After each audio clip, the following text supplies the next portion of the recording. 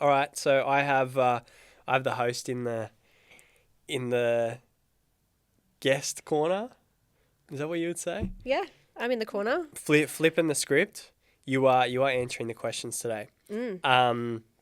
And we're going to talk about why a business owner needs a coach, or probably even more broadly, why it is important to have a coach for all different areas of life as well. And I think you are definitely qualified to speak to this because I think you've got 4 coaches at the moment, and have had many in the past, and that has worked very well for you. I have also had a bunch of coaches across different areas of my life, and so I love this topic because I know how powerful it is and how much quicker we can get to our results when it comes to having someone in our corner for various different reasons, which is what we're going to unpack. Amazing. Love it. Love being in the Cool. guest chair. So, question number 1, why do you believe, and let's speak to your audience, which is business owners, why do you believe they need a coach in their corner? I think a coach can bring them to the skill and mindset gap really quickly. So the reason I actually have 5 coaches at the moment, and they all facilitate various different things. One being podcasting, because I'm just not skilled yet in podcasting. I don't know what goes into the back end, and rather than jumping on YouTube, which there's so much information on, you can learn about it, I just don't have the time to do it. So a coach, I can get quick information really quickly, but also I can send her things and have conversations about podcasting, and we can nut out and strategize together very, very quickly, rather than maybe in a year's time once I've been producing podcasts, and then I'm starting to see the results and the feedback. And so I think it's really important to work out, where is it that you have a gap in your skill, and then where is it that you have a gap in your mindset? Is that something that you can have somebody help you bridge that gap? Because your performance will be so much quicker and much better if you can do that. Awesome. So you explained 2 different, I guess, types of coaches there, a mindset and a skill. What would you say are... No, you kind of did explain what the differences are.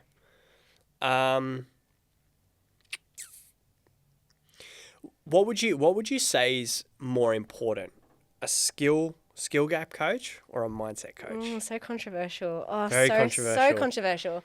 When I had my first business coach, it was all skill, because I was having what I thought was a skill gap, limiting beliefs, and felt like I needed someone to kick me up the ass. And they were very, very effective. My skill gap closed very quickly. Within 6 months, essentially, of having that coach, I had hit my business to 6 figures. It was very effective. But what I learned along the way is that there are layers in business, and you will find challenges in mindset in various layers. So my capacity was great for the first 6 months in the way that I did my business. I was hitting mindset blocks well before that, but it wasn't a problem probably until I got to that 6-month part, and I didn't address them. And so I wasn't progressing. I wasn't making more money. I was self-sabotaging. I was like burning the business down multiple times because I wasn't dealing with whatever was going on. And so it's a fine line between the two. And I think it's going to be different for everybody. Someone might have grown up around mindset, and so their mindset might be really solid. They may have very little limiting beliefs about themselves and their environment, and so they're able to take action really quickly. And we see that a lot in like entrepreneurs. You see that in like, Elon Musk, for example, will just act. There are lots of people that have been around mindset for such a long time. But for me, I hadn't done a lot of that work before, and so I was quite avoidant and resistant to it. So for me, I needed to know what my level of skill gap was first, filled the gap, and then I couldn't actually take any more skill after that point. I had to go get the mindset. Yeah. That's really interesting, and I can think of, I've got people who are in a similar position in business as I am on a financial level, similar age, similar maturity level, similar kind of experience in business. And it's funny because we're at the same level, but we have totally different problems, but we're still sitting at the same level. And for me, one thing I've noticed is it is much more a mindset gap of taking action, taking imperfect action, 51%, which you speak on. And for my friend, he takes so much imperfect action, but his messaging and his skill in articulating what he does is what gets him caught. So he's not getting clients because he's not speaking directly to the pains or speaking their language. And for me, I'm just not taking action. But when I do speak to those clients, I get high conversions, because when I do actually get in front of those people, they go, oh, you're speaking to me.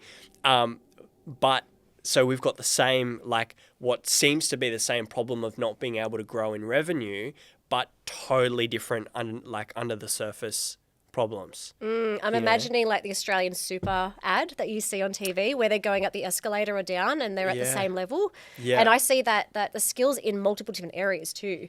So like I was extremely skilled at sales. And so I hit 100K within like 6 months of my business. And so that was a skill in sales. It wasn't a skill in delivery.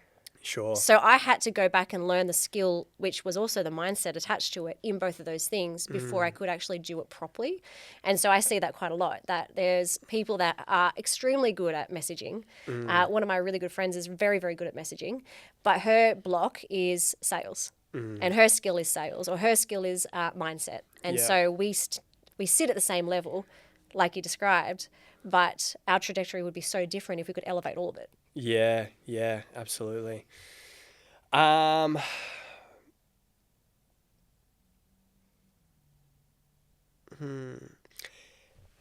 Let's talk specific coaches.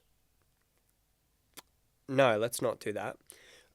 How do you find a good coach? And let's use the example of a business coach. For someone out there who currently doesn't have one, who doesn't really, know what to look for, doesn't really know where to start when it comes to getting a coach, what do you think is important in finding not only a good coach, but the right coach?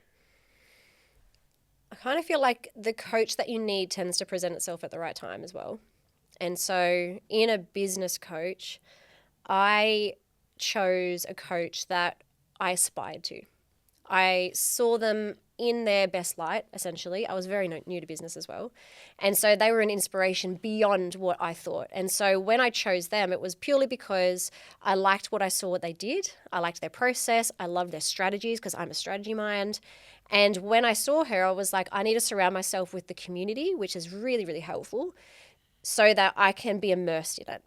I found the community probably the most valuable part outside the strategy, because then you're with other business owners along the way who have been there, who are doing it with you. They're in the trenches and you can kind of share the experience together. And if they're in different industries as well, it means that you can kind of cross over. So my business crossed over with a lot of different people where we could help each other in different spaces, which I really, really loved. Mm-hmm. Solid. Any red flags to look for? I want to be kind as well. Or that just makes them not the right fit. Yeah, I'd probably say not a right fit more than a red flag, because like I've heard people say all the time about don't hire a business coach unless they've had their own successful multi-million-dollar business. And sometimes that's not actually the case. They may be a business coach in different spaces. They may be a strategist in different spaces and they're an expertise in that area. But because they're not generating multi-million-dollar brick and mortar businesses, they're not successful.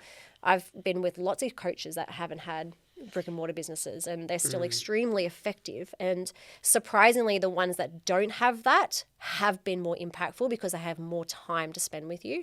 So some of the things that I tend to look for is, are they able to communicate with me in a way that I'm seen, because I have a desire to be understood and seen in what I do? How do they deliver feedback and value to you in that program? Is it something that is going to be a bit more personal? Is there one-on-one in there? I thrive better when there's one-on-one and community rather than just a course that we're going to watch now. And that's just purely going on that journey where I was in coaching containers before, where it was high-level course content, and then you jumped on for like, let me know if you got question calls. And that's fine in the beginning because I had lots of time. But the more I went on business, and I'm a mum now and as well, and so I have very limited time to jump on and watch courses. So I now need the more in-depth immersion, let's get shit done now. Yeah, nice. Okay, here's an interesting question. Um, when when you go to a coach, and again, let's use the example of a business coach, you kind of go to them with this preconceived relationship of they know what you don't, and you're coming to them for help, and they are the guide and they are the helper. But one thing I've noticed, in my own journey with coaching is, sometimes there's things that get taught or advice that doesn't quite sit well and actually isn't the right advice. And that's okay because coaches are human beings and they don't have all of the answers. But I guess have you had experiences before where you've actually had to not listen to a coach or go against what they've said? And how would you say someone can discern whether to go, I'm going to listen and do what they say, or no, I'm actually just going to do what I feel is right moving forward? I'm curious to know, I guess, when you say wrong, wrong to who as well. So Yeah. it's I've been in experiences where yes, that's been the case, and it's generally because the connection's been broken or there's no connection, and so you don't trust the information. And so if like I think of that as like a doctor, if you go see a doctor and he's not personable, he doesn't build that connection with you, and then he's asking some really, really personal questions or telling you you're doing certain things that are actually contributing to the problem, which generally happens in coaching, there's going to be an element that you mistrust them as well. And so when I think about coaching, I've been in circumstances where they've been incredible coaches, but they didn't have the foresight to see where I was in that journey and what I particularly needed, and maybe some of the language to use or explain themselves in that capacity to know lovingly, or, I'm telling you this because I can see where you're at, or this is what you're needing. That's where it's kind of been disjointed. Whereas I've had other scenarios where they know that I'm doing something destructive, but they're able to articulate it in a way to say, hey, I see you. Like, I get it. This is my mindset coach is great with this. Like, she drops voice messages some way and just go, remember this. And then you go, oh yeah, okay, I get it now. And you almost have the dialogue in your head anyway. Yeah. So it's picking that kind of moment of, and sometimes it's also feedback from us as well. And they need to be open to that feedback as a coach. Yeah, it's a great point. What about the people who say they can't afford a coach? We've spoken about this kind of off camera. They know there's something maybe in the way. Maybe they're sitting at six figures, 100K, making 100K, and they're like, yeah, but I want to hit $250,000 or $500,000 or super ambitious, be at $1 million. It's like, I just can't. I seem stuck here. But then when it comes to seeking outside help, it's like, oh, I can't afford that, or that's maybe not a priority. What would you say to that? That's interesting. We were talking about this before. I think Alex Hormozy and Chris Williamson talked about this as well, about the cost of inaction as well. And so when we're thinking about, like, I've got two different ways of looking at this. I've done a business degree where I've spent $45,000 on this business degree over 4 to 5 years, where I have got more out of a year of coaching than I would have in my whole degree. And I'm not saying there's anything in the degree that's not valuable, because it was highly valuable, and it planted the seeds. And now I've got the piece of paper of credibility for that, so that when I'm coaching, I can actually say, I actually have a business degree from uni. But how impactful coaching was for that year far outweighed a $45,000 bill. So, $10K in coaching versus $40,000, like, the return on investment is so much more. But I only know that in hindsight now as well. Sure. And sometimes we need to trust the process, the person, or ourselves to get that result that we're going to get from that coach for us to actually put the money forward. Because we're so fine spending it on a car, but for whatever reason, we don't want to spend it on ourselves. Yeah. It's yeah. Why do you think that is? Because spending it on a car, which clearly has no return on investment. As soon as you drive that thing straight out of the driveway, it's lost value and it will continue to decline. So you go in knowing that it's not the most smart financial decision. Everyone needs a car to get around, sure. But when it comes to things that, nothing is ever guaranteed. There's always an element when we get a coach where we have to come to the table as well, which may be the thing that's lying at the heart of the problem. But we go to invest into something that could very well make us more, whether it's, money or emotions or, whatever it is. But that's the thing we hesitate with the most. The thing that could potentially be the most rewarding is the thing that almost falls to the bottom of the priority list sometimes. And it's the same as houses. People buy a house because it's like the big investment, it's the dream, right? But it's the tangible. People can see it on the outside. They can see themselves physically in it.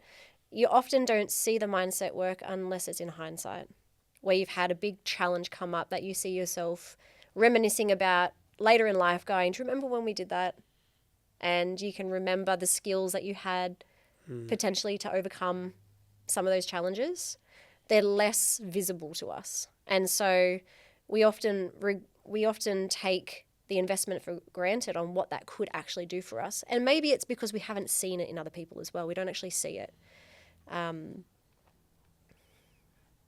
Because I can see now the mindset work I've done over the last year has been more than I did in the last 15 years since leaving the police. And it has been the most impactful to me that I can see now because I've done it. No one else can see that though.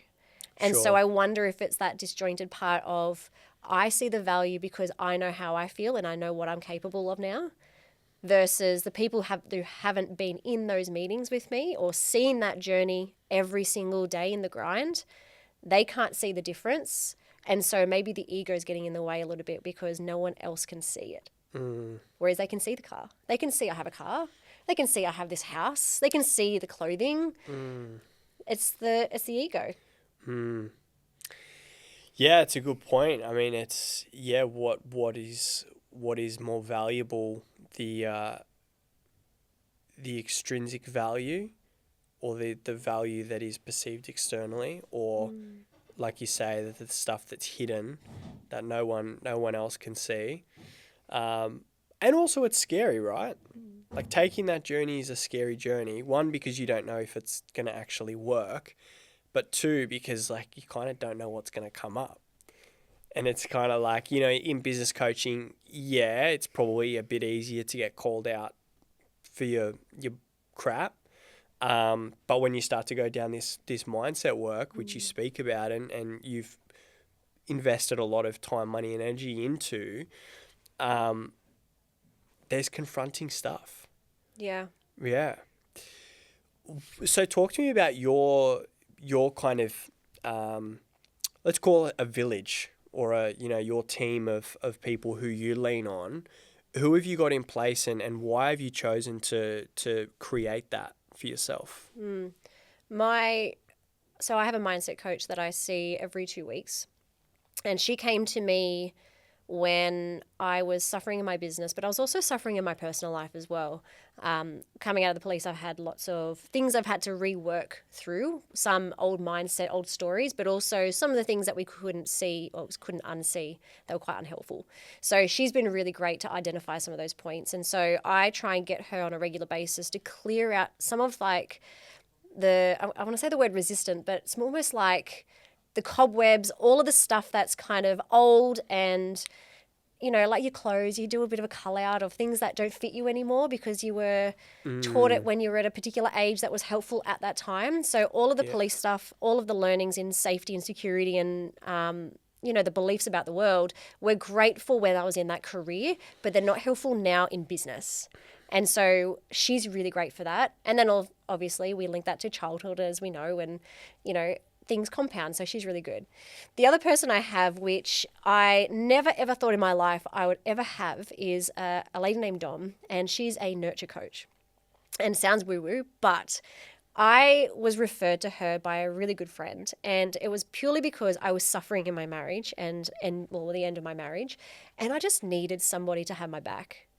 And so I have her on WhatsApp voice every day, and it's the pep talk that I probably needed that I never had. And so it's stuff like, in the moment reframes. So driving here, for example, for my podcast recording, I was like shitting myself. I'm voice messaging her about stuff, and she's reframing in the moment to help me bring back myself to ground, which is what I needed. And so I started working with her a year ago. I've taken a break from her and I've come back when I'm relevant to do so. But she's really good because we have stuff that comes up in business every single day, and having someone that you can voice message and just go, this is like what's on my mind and what's happening. How do I kind of get through this mindset challenge? She's really great for that. So I don't have to wait 2 weeks of turmoil and emotions before I get back into see my mindset. So they're really, really great. Then I have skill coaches. So podcasting specifically, because now that I've got the mindset moving itself out of the way, there's not anything stopping me from showing up apart from how to do it properly. So I got a podcast coach because I know podcasting to a point, but I need that skill on how do I do this properly? Like what goes into an effective intro? Are these actually enjoyable to listen to from their experience? And they've got like thousands of listeners that they can draw experience from, and also the analytics and coaching and stuff like that as well. So that's where I've got her. Where it gets a bit tricky is I also have a speaking coach because I want to get into more public speaking. And the speaking coach and the podcast coach kind of conflict on some of their lessons. So I have to kind of take it with a grain of salt with both of them. They're both fabulous, but my speaking coach, love her. She's great. She's all about flow and using your voice naturally and flowing. Podcasting wants you to be a bit more structured, because they want to make sure you have your hook, make sure it draws people in, it's tailored in a way that's engaging. Whereas your speaking coach is all about personality and flow and making sure you find your unique self. So that's always a bit of a challenge as well along the way. And then my business coach is someone for business. Again, skill and mindset put together. She's fabulous. So she's the ceiling. So she's someone that is well above what I thought I would ever be able to achieve. And I've brought her in to elevate, essentially. So I'm all right with the skill parts and what I'm doing. It's now, okay, how do I do this to the level that I've never ever dreamt of? And so I originally joined her program to say, my goal's 150K profit in the business. And she goes, why not 1 million?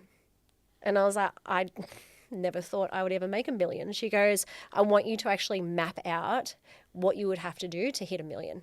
And she goes, you may not want to do that. You may not get there, but you're at least going to get closer to 1 million than 150K. She goes, you could do that easy. So that's, really cool to see how it all kind of comes together and they support the big vision of what that looks like. And then I'm more inclined to take action on all of those things. Yeah. Awesome. Do you have any of all of the years, and I know you've had many coaches in, different spaces, and is there anything that stands out to you as whether it's something someone said, a particular session that you had that really, really stuck with you or really moved the needle forward? Let's bring it specifically into your business and your growth, your business growth.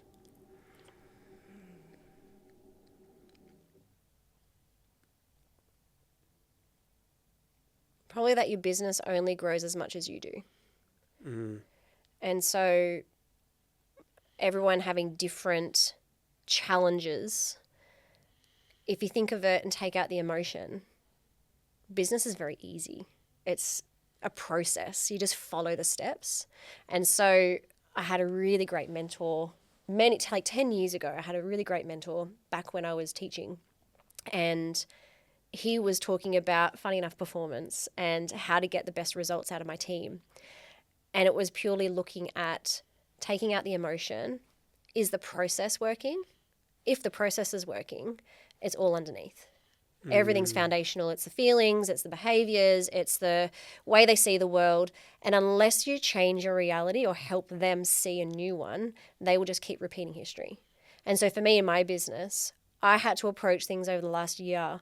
I felt like I was just bashing my head against the wall, trying to get more sales and results, and I was not hitting anything. It was actually making it worse, and I was feeling shitty about it. And it was because I wasn't changing the reality that I was in. I wasn't changing the stories. And so that was probably the most impactful moment of realization to come back in full circle to go, I need to have some radical change on my internal dialogues before my business will actually have some radical change too.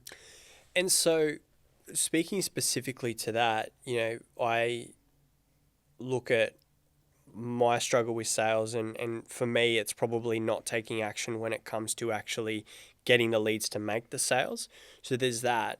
For you, it sounds like there was a flow, there was the sales. So what was it? Was it the people you were calling in weren't qualified? Was it your ability to convert? Was it the way you were showing up? Like what was it that you look back on now that was affecting the sales? As in a positive way? Is that what you mean, or a negative way? Negative way. You said you got stuck on the sales part. So I'm quite good with the sales. Like Yeah. I have an eye for it. Like ex-cops make great salesmen apparently, because we qualify really well, we ask the right questions, and we're not afraid to ask for money. Yeah. And so for my struggles were, once we went into a sales process, I have no inner dialogue, stories, limiting beliefs that I can sell to you. And so I would convert a lot of people. What I got stuck on was probably discipline. On when I'm feeling shitty that day, I didn't go and do lead gen, which meant I didn't have a pipeline of leads coming in, which meant that I didn't have people to sell to. Right. And okay. then, Yep. you get stuck in those stories of, oh, I just need a day, or I'm just emotional, or I need rest, I'm burnt out. And then the compound effect generally comes up at the end of the month when you're looking at your P&L. Or you're looking at your bank account going, where is it? Because 6 weeks ago, I stopped doing the things that I had to do because I was emotional. Yeah. And it's okay to be emotional. Everyone's human. It's that when it starts to impact what we do every single day, that's when it gets a bit detrimental. So Yeah, right. So for you, it really was, you were great in the sales, but the opportunities just weren't there. the opportunity, I didn't bring them in. Yes. Yeah. Yeah. Yeah. The And- leads just weren't there to sell. And there's two ways, and I'm sure everyone's kind of watched Alex Hormozy's great at, his, $1 million leads and sales and all of that. But I really believe that marketing and sales, marketing and like attracting leads and then push marketing is really, really good to get people in. But if you're not doing either of them, no one's going to know who you are. So if you're not marketing yourself, because I made up some excuse in a dialogue that I'm tired, I don't have enough photos, I just don't feel like filming today, and then you kind of stop marketing, people are no longer attracted to you because they don't see you. And then same with if you don't actually outreach to people, if you're not actually putting yourself out there and DMing people or calling people or emailing them, no one's, again, knows that you exist to be able to come into your world. And so that's where I stopped doing both of those. I was getting stuck in that emotion, that mindset. And so I was stuck doing the work, the actual tedious deliverables, rather than keeping the pipeline full and using the process as a non-negotiable daily task, like brushing your teeth. There you go. Where do you want to go to from here? Do you want to keep digging, or are you happy with that? How long do we have? How long have we been going for? 2:27. I don't know how long we've been going for. I can't see it from here. 20 minutes? 38. Oh, wow. That's great. Okay. Oh, probably 30. Yeah. Probably 30. So we can cut this into heaps of things or keep it as a podcast. And Yeah, I reckon. Yeah. I reckon. It's a bit of Any fun. specific questions you want to touch on? Doesn't even have to be coach related. Yeah. Because, the topic's about coaching and stuff as well, right?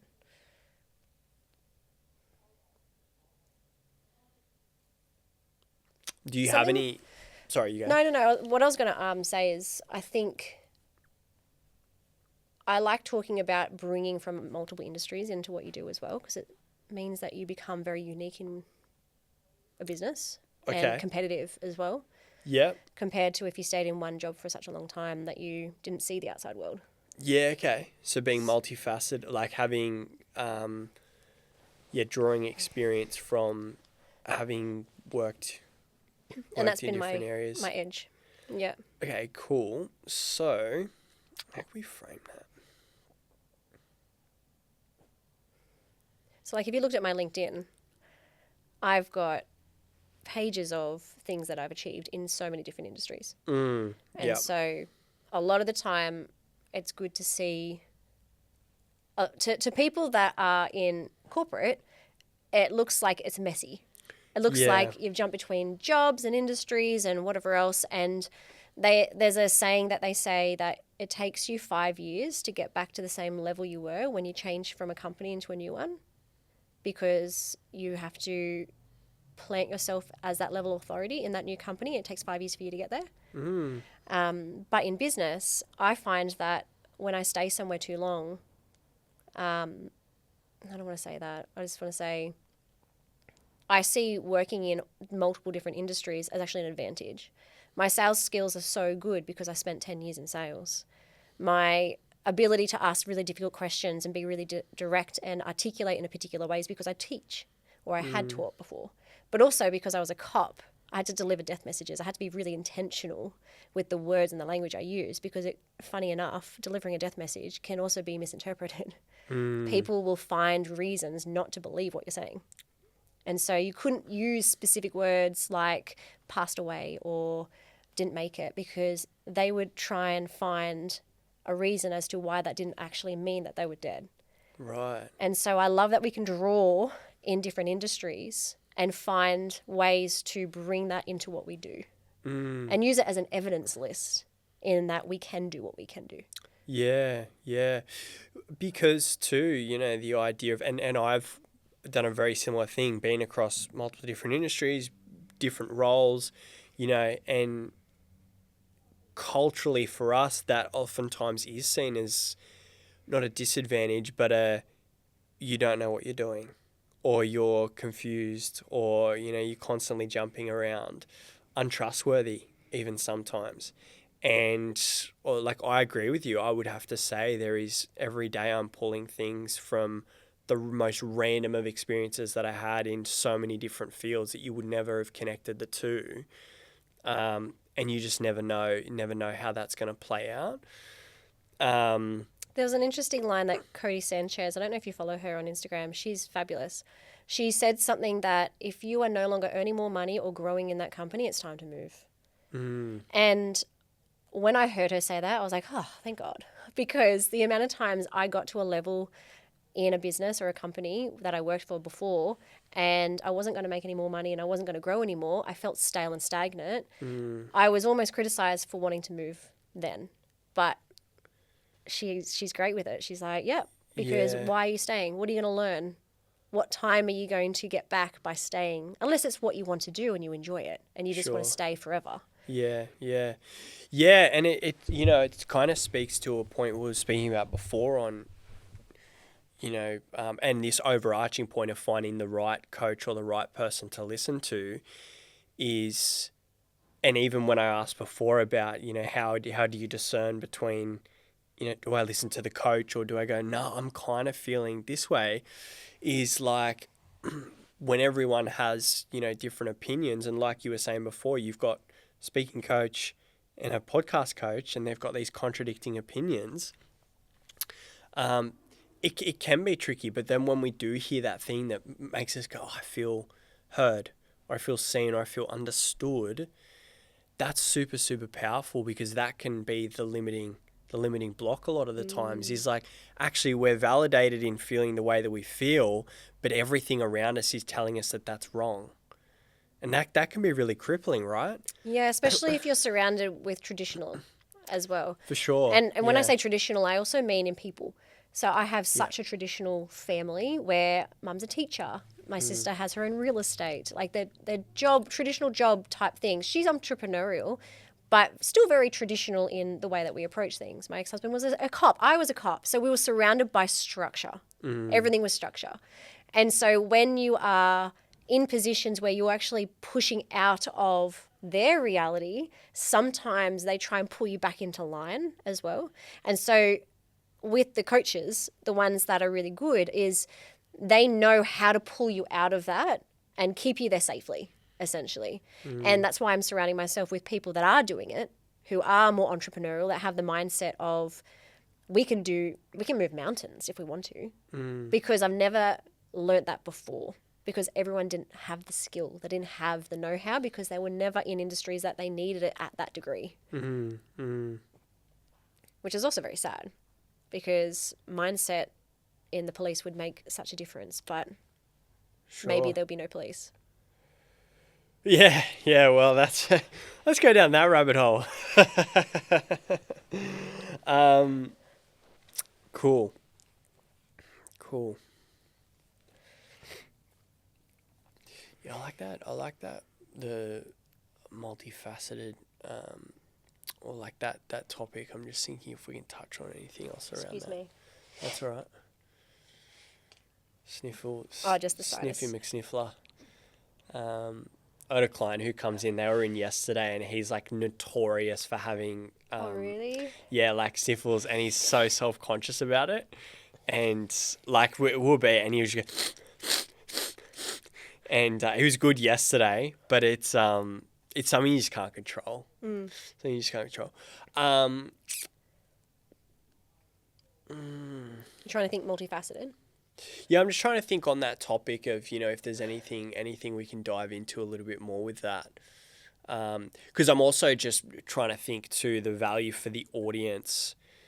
A lot of these guys probably don't have like a lot of different experiences, so it's like we can speak about it, but if it's not relevant for them, yeah, I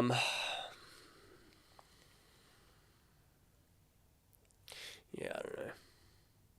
The only thing I was thinking of is if they are struggling with maybe the confidence that they're good enough for what they do because they haven't been in the industry 20 years and they're watching someone that potentially has been, is to think about the edge they will have from other things. And so actually an activity that my speaking coach gave me was she loved hearing all of the different things that I had done before I started the business. So she wanted me to write down all of the stories from my time in the police, all of the stories from my time at the DPP. I worked for the public prosecutions for a little while, from sales, from teaching, from fitness. And the reason she wanted me to do that is to work out how can I draw a lesson out of it? What kind of things could I use in some of my speaking, in my podcast, in my teachings, and create modalities around it? Because our experiences in those areas would be unique to us and not to anybody else. So my career is like a fingerprint. No one has ever done the same thing I have in my whole career to a T like I have. And so all of the lessons and drawings, as long as I can identify them and see them and implement them and use them in a way that's positive, it would give me it would give me a very competitive edge compared to, say, someone that's gone and done a business degree and then come out and just coached. Yeah, that's really solid. Like speaking on that, that fingerprint, and it's almost kind of like what you're speaking on there is imposter syndrome, which is it's a big thing that a lot of people struggle with, myself included. And having this voice in the head that says, you're not qualified enough, you're not good enough, whatever. Which ultimately comes down to comparison of going, I'm not good enough compared to Who? this person, compared to who, right? And it's tricky because we are comparing ourselves to these people who are perceived as the best in the world, regardless of whether they are or they aren't, just because we aren't at the top of the top level doesn't mean that we're not good enough. What do you see when it comes to, working with your clients and people who you've worked with, and even yourself? I don't know if this is something that you've struggled with, around this imposter syndrome. Like, what is it that's like really getting in the way there? A good enough story. Not good enough is a very deep story of mine. Coming from, I felt never good enough in growing up. I was a violinist and a gymnast, and so everything required perfection to the point they rated you on perfection. You couldn't pass your music, or you couldn't, if you didn't stick it in gymnastics, you didn't get the scores that you wanted. And then that also flooded onto lots of different things. When things were really hard in my marriage, I felt like I was never good enough and I didn't quite fit in. And it was actually quite interesting that not long after all of that kind of settled, I'd realized I kind of lost all of the people that I was trying to be good enough for. And then I was just enough. Because I didn't have those people that I had to try and be something for. I didn't have the family, the husband, all the different things that kind of come into it that was kind of triggering those insecurities. I'd closed down some socials. I'd kind of blocked off the things that were really noisy. And now I had nothing to compare myself to. I didn't have to be anybody. And so I got to focus on just being me for a while. And that was actually really refreshing. Just to go, there's no one watching. There's no one seeing me on socials. There's no one giving me feedback. And it was enough for me to get to ground to kind of restart again, because that's what I needed. But imposter syndrome's still there. And I do have that, that not good enough speak. But now I can see it when it comes out. And because I've got some mindset coaches there, they can kind of help reframe to go, what's the story? What is it that you're needing to do to help you move through it? And sometimes it's ripping the Band-Aid off and coming and recording a podcast. And would you say a lot of the time the way through that is purely just action? Action with support. Because if I was watching all of the most successful podcasts, if I was trying to create my podcast like the Diary of a CEO, I would have such a big gap between my skill level and funding as well, and clients and all sorts, to be able to meet that level. And of course, that's something that, one, I don't want, but also that's a big gap. He's been doing that for such a long time, to compare myself to that. And it's nice to dream big, to say, I want something over there like that. But we find that we create stress, anxiety, when we are looking at something that's so big that we feel that we're nowhere near getting it, and then we judge ourselves for that. But really, we're just exactly where we are with the skills that we have. Yeah. You mentioned this before, we're technically 100% with what we have. Absolutely. And also, I always find that where we're at is such a blessing in disguise. Again, you said it before, in hindsight, a lot of the things is connecting the dots looking back. But it's like, I've had this so many times in my business where I just want to, I would love it if, I doubled my business overnight. And then you kind of eventually get there and you go, if I had doubled when I thought I wanted to, that would have been so chaotic. I wouldn't have been able to handle it. And so it's almost like there's these invisible walls there, and it takes time to kind of remove them. But by the time we have removed them, it's like, that's the point where we were always meant to remove them. If we'd tried to get rid of them any earlier, it wouldn't have worked. So it's like there's always kind of a reason for that as well. Yeah, 100%. And I'm not woo-woo, but I am getting into the concept of divine timing, and that things will present itself at the right time that you're ready for. Yeah. Because I could get this amazing coach down the track who is completely out there, woo-woo or something. She's probably amazing. But if I'm not ready for that level of coaching yet, then I'm not going to actually take on the modalities yet, because I don't believe in myself or what she does. Yeah. Like the nurture coach. 10 years ago, I would have laughed. What do you mean, a nurture coach? What is that? But now, love it. It's the best thing I ever did for myself, because I have that person that's in my corner. Powerful. Love that. Love that. Thank you for hosting today. That's all right. Little impromptu session. I'm glad that we got it done. Yeah, messy action. Messy action. Let's do it.